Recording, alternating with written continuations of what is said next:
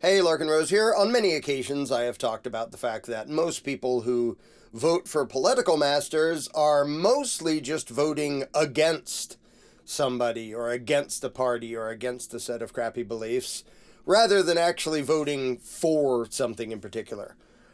Pretty much everybody who voted for Joe Biden first time around were voting against Trump. It had literally nothing to do with Biden. Most people didn't know who he was, didn't know anything about him. If they looked into him, they'd see he's establishment, political, parasitic, corrupt crook. It's just kind of obvious and undeniable. They voted for him because he wasn't Trump.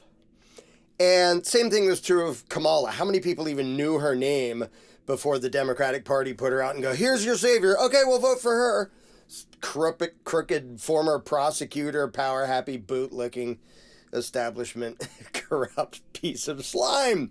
Again, nobody voted for Kamala because they actually wanted her. They just didn't want Trump. They were more scared of him. And the same thing is largely true in the other direction. Most of the people who voted for Trump were angry at the libtards and the Democrats and the corruption and the deep state and whatever they thought they were voting against. And Trump was, in their mind, the alternative. Now, that's a little bit understandable if you can't get your brain outside of a very limited, ridiculous template, which is your only two options, not just you, but humanity's only two options, at least in this country, is be stomped on and robbed and controlled by this group of crooks, or stomped on and robbed and controlled by that group of crooks. So it's a very simple question that demonstrates this. I'll start with the left. Of you who voted for Biden or Kamala, if the choice had been either Biden or Kamala and their group of bureaucrats and politicians and enforcers, their whole administration, either they would have the ability to control your life and boss you around in countless ways, tax things all over the place, steal money from you, decide how much of what you earn they're going to let you keep. That's one choice. And the other choice is you get to run your own life. You get to spend your own money. You get to do whatever you want, pretty much, with the freedom you have. You still don't have the right to infringe on the rights of others and stuff. But otherwise, you can have no ruler, nobody bossing you around, nobody robbing you. Would anybody in the world have said, no, given the two choices, I would rather have this crooked, corrupt, slimeball political establishment pawn violently dominating me than not have that, than not have anybody, than having me be able to run my own life? Is there anyone in the world who would have voted for Biden or Kamala if those were the choices? I would suggest no, there isn't. There isn't one person who actually wanted Biden or Kamala in charge of their lives. That isn't their ideal. That isn't what they woke up going, the world would be great if only those slimeball crooks who I only heard of last week were violently dominating me and stealing my money. Nobody thinks that. Now, how about the other direction? Everybody who voted for Trump, if the choices were Trump is going to be on the throne and his bunch of bureaucrats and warmongers and all his administration and all the way down the pyramid of parasitic political thugs, either you can have them controlling your life and bossing you around and stealing as much money as they want, or you could run your own life and nobody's robbing you and nobody's dominating you and nobody's ruling you. Would you have chosen Trump? I'm guessing the answer is 0. Well, there might be some people, like the sort of people who think Trump was sent here by God. Those people might be delusional and bonkers enough that given the choice between licking Trump's boots and being a free human being, they would choose to be bootlickers. There may be a few of them. I've seen people behave in such a way that kind of looks like they might make that choice.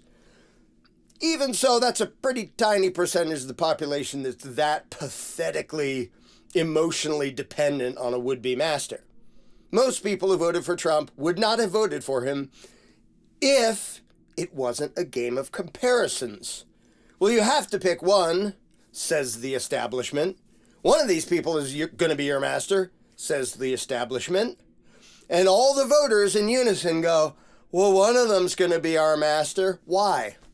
And I've seen a bunch of pro-freedom people say, well, yeah, even if you don't vote, one of them's going to be your master. One of them's going to be in power. Okay, why is that? You're so sure that that's the reality. Why is that the reality? And this is a part that even a bunch of pro-freedom people miss. That is only the reality to the extent that the people think it's the reality. And here's what I mean by that. If me and some other random person showed up at your door, dun dun dun, hi, one of us is going to steal $1,000 from you. Which one of us would you like doing that? If the person, for some deluded, weird reason, went, well, golly gee, I guess one of you is going to take my money, so let's hear your policies or what you're going to do with my money after you steal it. It would be an insane response. The only rational response is for that person to go, neither of you is robbing me, leave before I shoot you. And if we go door to door, that's the only rational, sane, moral response from anybody. Well, you don't have to threaten to kill us, but slamming the door in our face, that'll do. That's the only sane response. Imagine the level of propaganda and indoctrination and brainwashing it would take before all the people in that neighborhood would go, well, these are our only two choices. This guy steals $1,000 from me, or that guy steals $1,000 from me. I mean, it's going to be one or the other. It's only going to be one or the other because you think it's going to be one or the other, and 300 million of your neighbors think it's going to be one or the other. And that makes it so easy for the ruling class to do the comparison game. Well, that guy I really hate, so I'm voting for this guy. Well, have you bothered to look at what he actually says? Do you, objectively agree with the level of authoritarian crap that he's openly advocating? Well, he's not as bad as that one. That's not the question. Is there any Trump voter out there who can say, yes, I all the way agree 100% with the authoritarian, government-controlled, power-happy crap that Donald Trump openly advocates and openly condones and is openly pushing? No, what they all say is, well, he's tearing down this, and he's cutting these expenses, and he's against the libtards. He's also a tyrannical parasite who views you as livestock. And this U.S. aid thing is a shining example of that. First of all, I think it's awesome that lots of people are starting to find out the massive amounts of money that are just handed out, stolen loot, money that's stolen from you and handed out to just all sorts of unimaginable things. This is nothing new. In fact, exposing it is nothing new. Going back decades, I remember when the John Birch Society and a bunch of people back then were pointing out, look at these bills, look at all the money they're just handing out. Stolen loot. This is your tax dollars. You work your ass off, ruling class steals it and hands it out to all these people. So that happening is nothing new. Some people exposing it is nothing new. It sort of seems new if the guy who's president is going, and you're wasting this money there, and you're wasting money. We're going to put an end to this, and we're going to put an end to that. Now, you can wait and see what he actually has the power to put an end to. But I'm glad people are seeing that. I'm glad that's part of the discussion, mainly because I want people to think, why the hell do I have an obligation to pay my taxes if they're doing that? Do you hear Elon or Trump or anybody in that camp saying, we see all this corruption going on, just stop giving them your money? No. If you did that, you can bet Trump would eagerly be sending federal thugs after you to steal your money, maybe to cage you. Take it from me, that's what they do if you don't obey. None of them are saying, look at this corrupt crap, we shouldn't be giving them our money. They're saying, now we're in charge, look at these certain things that we're wasting money on, we're going to slash them. Maybe, kinda, it's debatable how much they can do. But let's say they're actually slashing a bunch of that. Okay, good, excellent. Don't waste it on that or that ABC. Now, throwing billions at the warmongers in Israel to keep murdering people, throwing billions all over the place anyway. So it isn't a matter of they actually want you to keep your money. Because you know what would do that? I mean, nobody who would say this would ever get anywhere near the presidency. You know what would do that is have a president who came out and said, stop giving your money to the federal government and I will pardon every single one of you. for any tax crimes you get convicted of. Just stop giving them your money. They're a bunch of corrupt, crooked, lying bastards anyway. Instead of waiting for us to legislatively do stuff, just everybody stop giving them your money. You think he thinks that?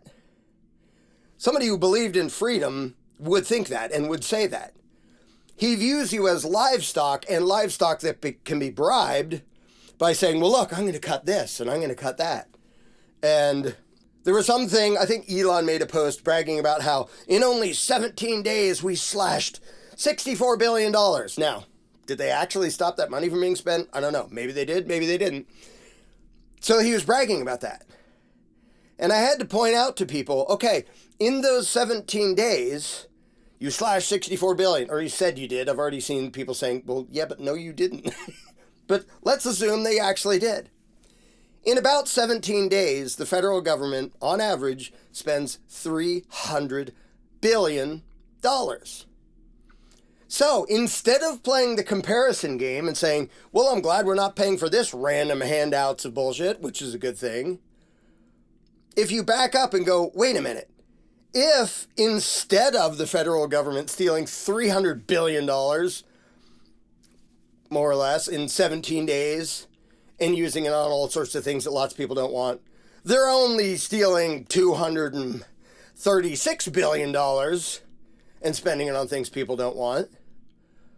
Would you go rah, rah, rah if you were free yesterday, you and 300 million people were free yesterday, not getting robbed by anybody, and the next day someone came along and said, we're only going to rob you $336 billion every 17 days, every 2.5 weeks? Would you go, oh, that's awesome? No, you only think it's good in comparison to something else. And as long as the ruling class, and there is one ruling class with two sets of puppets, as long as the ruling class can make you think in comparison instead of in principles, instead of being objective, then you keep falling for this crap. And you keep thinking that someone who is literally overseeing the violent extortion of several hundred million people, he's for us, he's fighting for us. Because he told his overseer to only whip the slaves 25 times a day instead of 30 times a day? Yay! That's 5 times a day we're not getting whipped as much. We're still getting whipped, but it's not quite as bad. And this is something that even a lot of pro-freedom people can't seem to comprehend, this distinction. Yes, getting whipped 25 times is not quite as bad as getting whipped 30 times. Yes, a bunch of billions of dollars being just handed out willy-nilly, not happening, is better than that happening. But if you back up and look at the big picture, and you see how much theft and extortion and authoritarian crap is still happening, then you go, wait, I'm not in favor of this either. So sane people can totally say, oh, I'm glad that's not happening, I'm glad that's not happening, I'm glad this is reducing. If that department goes away, that would be cool. And if the people who are doing that are still saying, well, yeah, but of course, we're still going to be taxing the hell out of you. We're going to be taxing international trade, going to be taxing you domestically, we're going to be increasing the warmongering, we're going to go take over Gaza, by the way, we're going to throw billions at Israel, we're going to do this, that, or the other thing, we're going to have all these authoritarian bullshit things, we're going to increase the completely arbitrary, unconstitutional border control bullshit, and play the whole show me the papers game. We're going to do all that, but look over here at the waste we're cutting. Okay, glad you're doing that, and you're still an authoritarian piece of shit. And the fact that so many pro-freedom people can't even think objectively enough to go, yeah, well, that thing taken by itself is good, and the people who did it don't believe in freedom. They still view you as livestock. And a bunch of people got all huffy and pissed themselves when I pointed out, yeah, I'm really glad that Ross Ulbricht isn't in a cage anymore. And the guy who freed him is not a hero. He's not an advocate of freedom. He's literally a terrorist. He did the terrorist thing of, I will release this political hostage if you give me what I want. That's what Trump did. That's just undeniable. And if you want to say, no, he really believed in freedom, he really cared about Ross. Did he really care about Ross for his first term, when for 4 stinking years he was in office and could have, with the stroke of a pen, let Ross go without having to ask anybody else? Nobody else's participation, could have done it himself? Now, all of a sudden he cares, huh? For those first 4 years, did you ever hear him mention U.S. aid or any of that? It was already happening. There was already waste all over the place. Now, all of a sudden, you think he actually cares? He's buying your loyalty. And I'm old enough that not only is this nothing new, this is like a crappy recycling of what the Republicans did in 1994. They sounded way more convincing and way more principled the first time around. The conservative revolution of 1994, back in my day, I realized that was before a bunch of you were even born or paying any attention. And you had Phil Gramm and you had Newt Gingrich and you had a bunch of people. Rick Santorum was pretending to be pro-freedom. All these people out there saying government has to be slashed. We have to cut all this waste, throw these departments out the window, do away with the income tax. Sound familiar? Guess whether it happened. And saying all these things that sounded good. They're against the waste. They're against the state and they're against the authoritarianism and the ever-encroaching yada, yada, yada. Their rhetoric was way better than Trump's. And by the way, that was at the tail end of me being a statist, and I absolutely fell for their rhetoric. I thought they meant it. Newt Gingrich, the head of this bunch of people, we're gonna hack down government to size.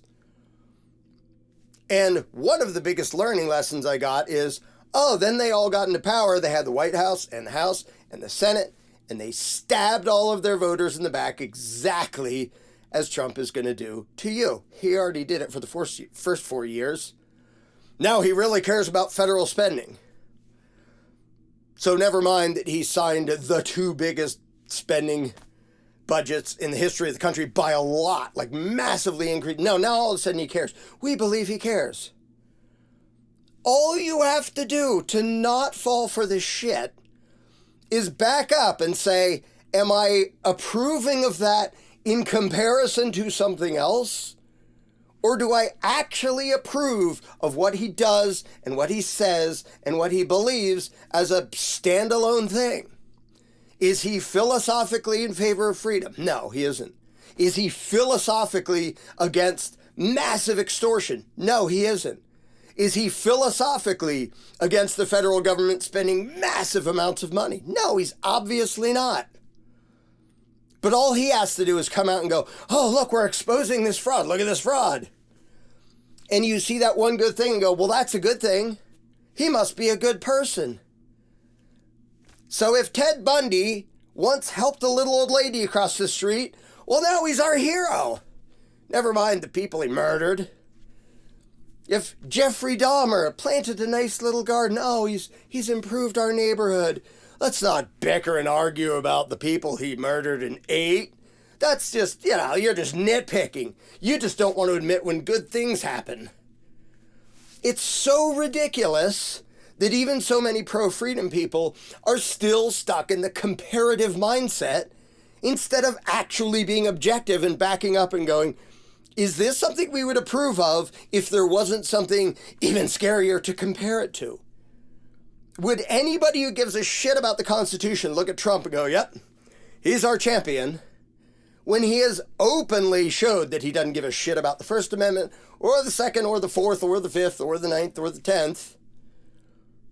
I mean, I could go down the list again, but you've already seen it a million times. Would anybody think he gives a shit about the Constitution if they weren't comparing it with somebody else? Well, Biden's even blah, blah, blah.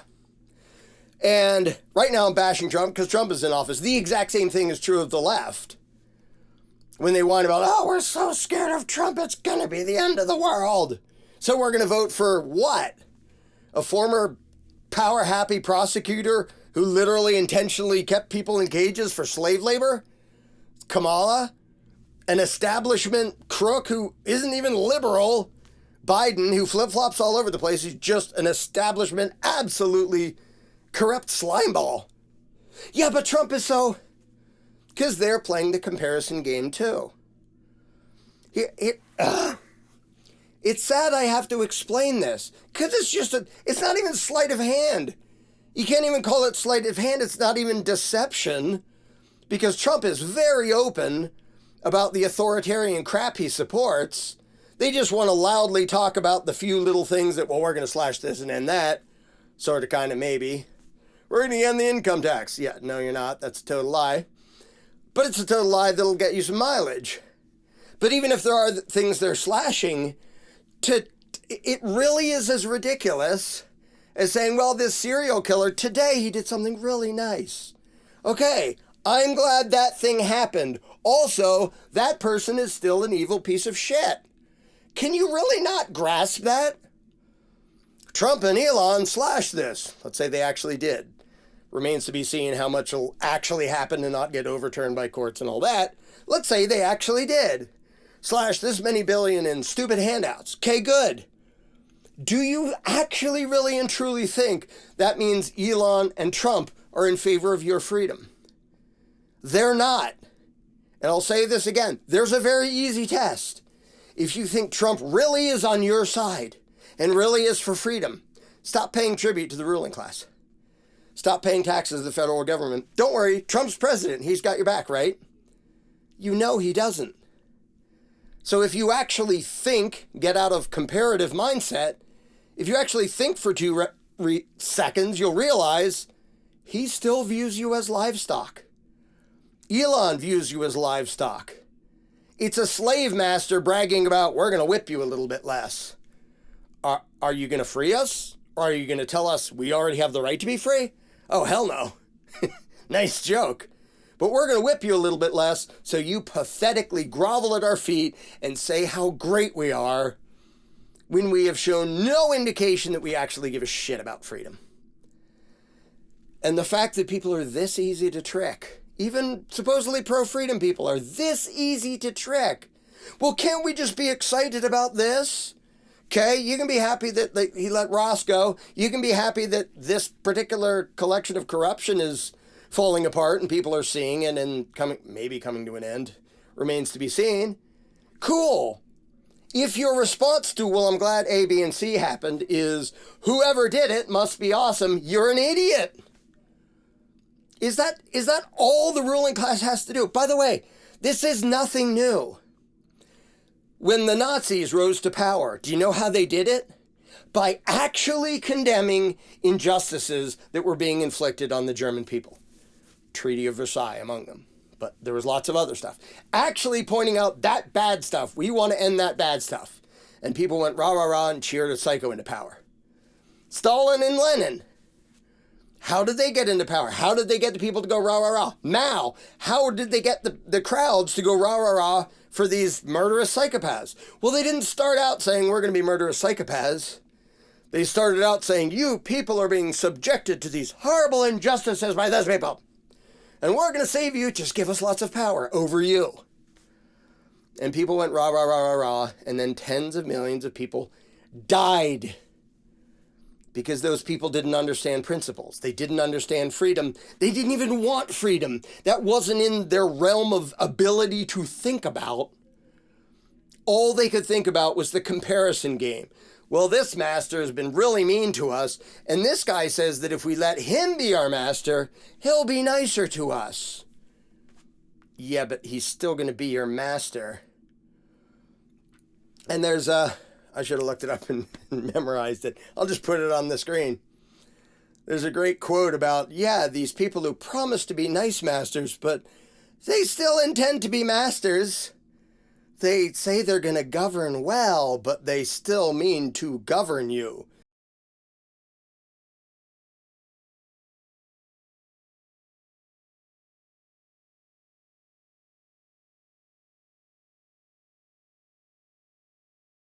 They still view you as livestock. Stop cheering for people who view you as livestock. And yeah, you can be happy about, well, they don't whip us as many times in the field, okay? That's nice. But if that's all it takes for them to make you think they're on your side and that this is headed for freedom, it's just pathetic. And I'm really glad they don't actually have a good, competent propagandist in the White House who could all the way play the part of somebody who gives a crap about freedom or the Constitution or all that, because you'd get almost the entire country bowing down and kissing his boots as he slightly reduced the enslavement and then got the blind, enthusiastic loyalty of countless victims.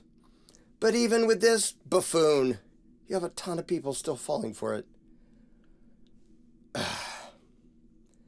Do you want what Trump is doing? Not in comparison to something else, not in comparison to a different party or what existed a few years ago. And do you want Donald Trump to have power over you and the ability to control your life and the ability to take your money? Yes or no? If you say yes, you are already 100% mentally enslaved. If you say no, why the fuck did you help put him into a position where he can do that? Why are you making it that easy for the ruling class to trick you into cheering for your own subjugation?